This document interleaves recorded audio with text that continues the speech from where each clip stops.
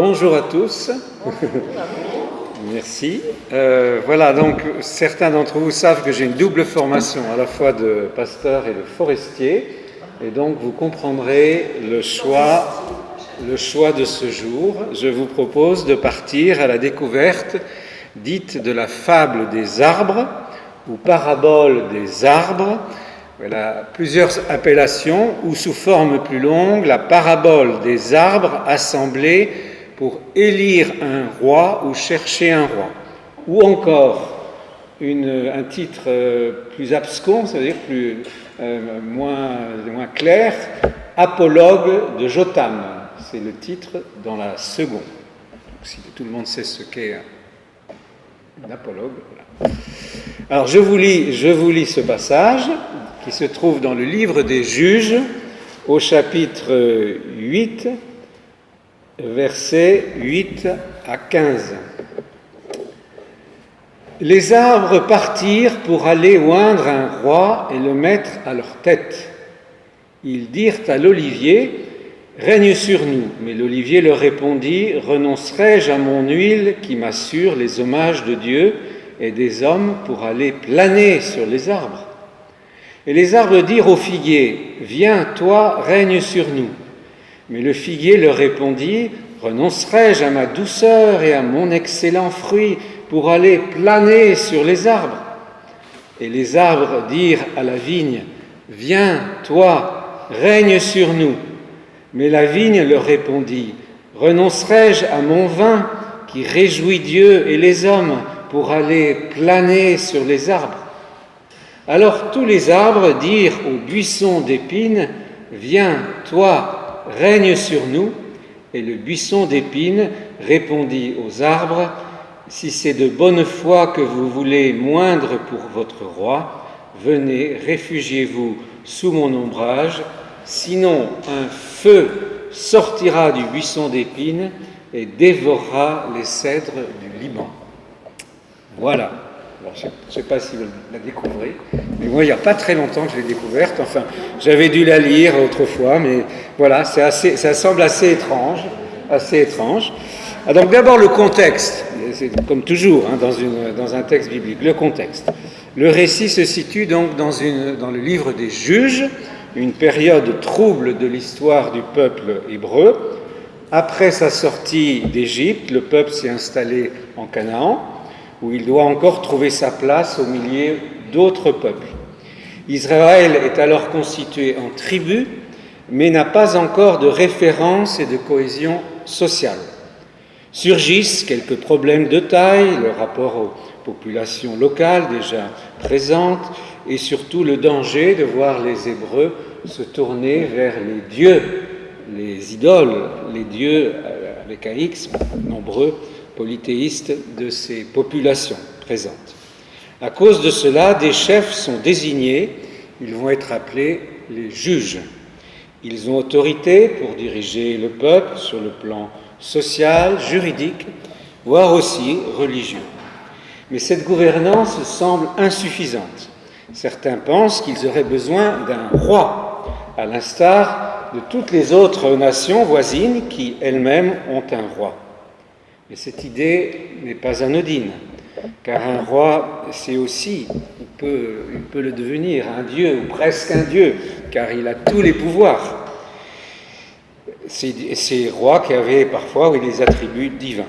Le risque est donc grand qu'un roi, après avoir été couronné, détourne le peuple de l'Éternel, le seul vrai Dieu. D'ailleurs, au fil de l'histoire, vous le savez peut-être, d'Israël, les prophètes, la plupart des prophètes, se trouveront en opposition à la royauté et seront en quelque sorte un contre-pouvoir par rapport au pouvoir royal. Alors, peu avant notre récit, vous avez dû entendre parler de ce juge, Gédéon, qui était, va avec la force que tu as, cette belle parole biblique, qui est l'un des juges les plus connus. Il vient de mourir. Alors un de ses fils, Abimélec, vers 1230 avant Jésus-Christ, fait campagne pour être le roi de la ville de Sichem Et il a même des prétentions pour devenir roi d'un plus grand territoire. Mais pour y parvenir, il va assassiner 70 de ses frères, c'était nombreux, tous fils légitimes de Gédéon. Vous aurez deviné pourquoi, parce que Gédéon avait eu beaucoup de concubines. Cela, il les supprime pour n'avoir aucun concurrent.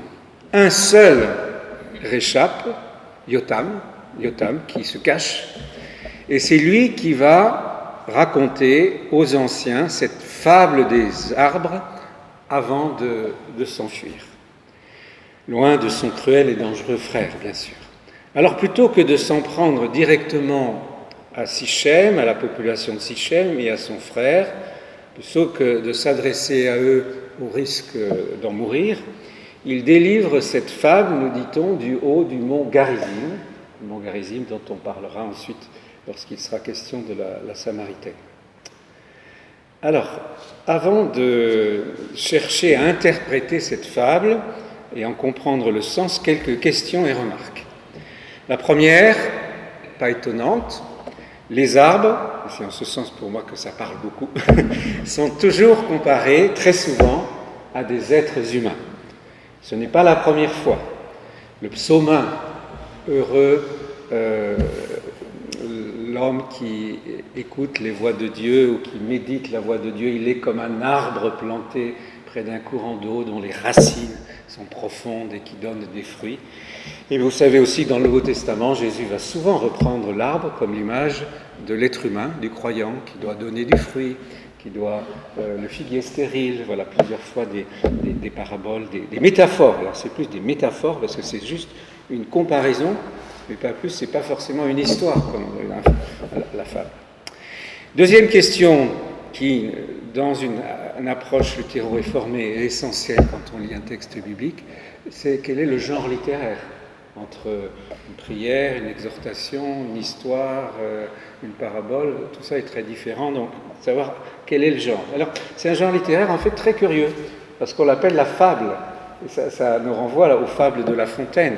Pourquoi une fable ? Parce qu'une fable, en fait, ne parle pas des humains, mais va parler soit des animaux, on sait avec La Fontaine, ou des animaux ou des plantes, pour en tirer une leçon de morale ou un principe. Alors, est-ce une fable ? Vous avez vu que dans les titres qu'on donnait, on parle de paraboles.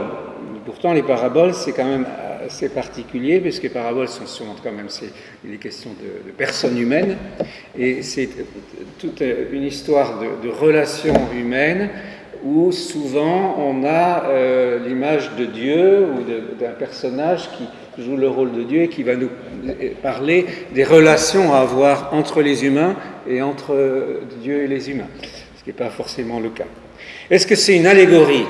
Alors la parabole, j'oubliais, c'est souvent avec une pointe précise dans la relation à vivre avec Dieu et les humains. Tandis que l'allégorie, c'est une histoire imaginaire où tous les détails sont significatifs. C'est-à-dire, à tous les détails, on va faire correspondre une réalité humaine, ce qui n'est pas la parabole. Alors, quel est ce genre littéraire-là que nous avons avec ce récit sur les arbres ? Alors, pour l'interprétation de notre fable, que j'ose appeler une fable, nous sommes aidés, comme souvent les paraboles, parce que après, il y a l'explication qui nous est donnée. C'est ce que fait Jésus, pas très souvent, parce qu'il préfère donner une parabole pour faire réfléchir, laisser méditer, imaginer, mais il y a la parabole du semeur. La parabole du semeur, elle est donnée, et ensuite on a l'explication. Et là, c'est un peu le cas, mais avec des pincettes. Je vous lis la suite. Maintenant, donc c'est Jotam qui continue. « Est-ce de bonne foi et avec intégrité que vous avez agi en proclamant roi, donc son frère, Abimélec ? Avez-vous eu de la bienveillance pour Jérubbéal et sa maison ? L'avez-vous traité selon les services qu'il a rendus ? Car mon père, donc Gédéon, a combattu pour vous, il a exposé sa vie et il vous a délivré de la main de Madian.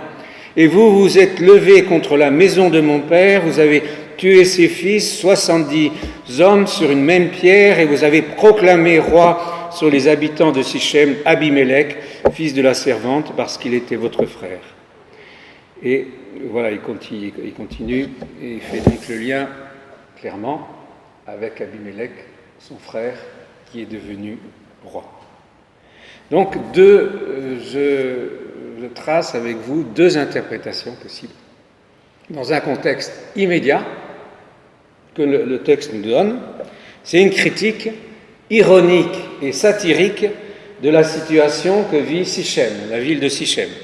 Une contestation adressée à Abimélec, son frère, qui est devenu roi de Sichem, et qui est comparé, alors vous aurez compris, au buisson d'épines, un buisson d'épines qui par définition ne donne aucun fruit, contrairement aux autres arbres qui sont cités, qui ne donne aussi aucun ombrage, alors qu'il va parler d'ombrage, il est ridicule, et qui peut même donner lieu à un incendie et faire brûler les cèdres du Liban, c'est-à-dire même les puissances en place. Un Abimélec, donc, qui trompe son peuple en ayant fait tuer tous ses frères, en pratiquant le mensonge, parce qu'il promet un ombrage, et dans la tradition biblique, quand on dit l'ombrage, c'est plus que l'ombrage contre le soleil, mais c'est la protection, le soutien. On parle, vous savez, à l'ombre de Dieu, c'est qu'on va pouvoir bénéficier de son soutien. Donc il promet ces choses qu'il ne peut pas faire, et en plus il menace, il fait du chantage, puisqu'il leur dit, si vous ne venez pas à moi, je vais faire venir le feu et même brûler les cèdres du Liban. Donc critique d'Abimélec qui est devenu roi.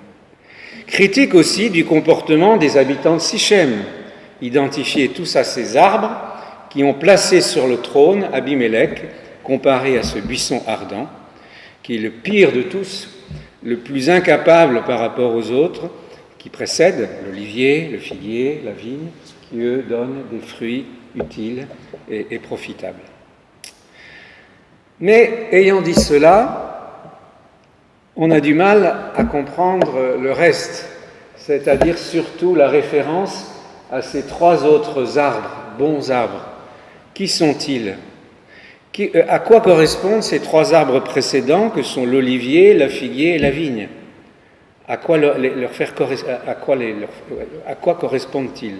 Une question sans réponse, parce que la royauté de Sichem n'est pas proposée à d'autres personnes. Tout de suite, directement, c'est Abimélec qui devient le roi de Sichem. Cette absence de réponse invite à penser que cette fable existait préalablement, avant ce récit, qu'il faisait partie d'un écrit de sagesse, et peut-être les écrits de sagesse dont parle, vous savez peut-être, Salomon, parce qu'on évoque Salomon comme sage, et qu'il aurait écrit 3000 proverbes sur les arbres, je suis gâté, sur les animaux, mais on ne les a pas, en fait. Et peut-être que, du coup, c'est cette fable-là qui en fait partie, qui est une de ces fables. Alors, fondamentalement, cette petite fable, qui a été appliquée, en quelque sorte, à Abimélec, est une critique radicale du pouvoir royal et du pouvoir tout-puissant, pouvoir autoritaire. Une fable de sagesse. Le premier, donc, par rapport à d'autres arbres qui pourraient être plus qualifiés que le buisson d'épines pour devenir roi. Parce que, vous le savez, l'olivier, il donne les bienfaits de son huile, donc il est apprécié. Le figuier, c'est le symbole de la paix. Dans la Bible, on peut se reposer à l'ombre de son figuier. C'est en quelque sorte l'image du bonheur. La vigne, c'est le symbole du peuple de Dieu qui est travaillé par cette présence de Dieu et par sa fidélité. Ils sont tous les deux porteurs de fruits, bénéfiques à tous. Ils refusent tous les trois de devenir rois, de prendre le pouvoir. Alors on pourrait les critiquer, parce qu'ils ont, dans l'expression de la fable, on nous dit qu'ils ont préféré garder leur statut, leur fonction, plutôt que de devenir roi. Mais dans cette fable, on voit très bien qu'ils sont présentés de manière positive, et par 3 fois. Avec ironie et sarcasme, ils se moquent, j'ose dire gentiment, de ce besoin du peuple d'avoir un roi, d'avoir un chef, d'avoir quelqu'un tout-puissant au-dessus d'eux. Pourquoi? Je ne sais pas si vous avez fait attention à la traduction, mais c'est que là, la traduction est intéressante. Ils disent, oui, nous voulons rester là où nous sommes, plutôt que d'aller planer sur ces arbres. Alors j'ai été regarder, j'ose dire, je n'ai pas regardé l'hébreu, mais les autres traductions, on sent cette ironie, ce sarcasme. Et alors les autres traductions disent, plutôt que d'aller se balancer au-dessus des arbres, ça c'est la traduction de la Nouvelle Bible Second. La traduction de la Tob dit, plutôt que d'aller s'agiter au-dessus des autres arbres. Et puis la traduction en français qui rend dit, plutôt que d'aller se fatiguer au-dessus de ces arbres, et en fait fatiguer à gouverner aussi les autres arbres. Donc par 3 fois, la fonction royale est décrite en ces termes, elle est ridiculisée, critiquée, contestée, une agitation qui ne mène à rien, beaucoup d'agitation pour peut-être beaucoup d'orgueil et de suffisance et d'arrogance. Une critique donc féroce contre la royauté et le pouvoir monarchique. Cette fable fait partie des textes donc de la sagesse qui a été appliquée en quelque sorte à la situation d'Abimélec et qui nous parle encore beaucoup. Alors, fable qui est une mise en garde contre un pouvoir monarchique qui se prend pour le roi des rois, le Dieu tout-puissant, dominant les personnes et les situations.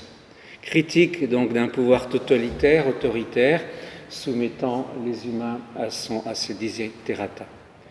Si le peuple de l'Alliance aura un roi, ce qui sera le cas plus tard, avec Saül, qui sera le premier, puis roi David, et puis Salomon, il leur sera toujours rappelé que ce roi a à rendre compte à Dieu, le vrai roi, le seul roi. Les prophètes aussi seront sans arrêt des contre-pouvoirs pour leur rappeler les exigences de justice, de paix, qu'ils sont là au service des autres et non pas pour asseoir leur pouvoir ou leur desiderata.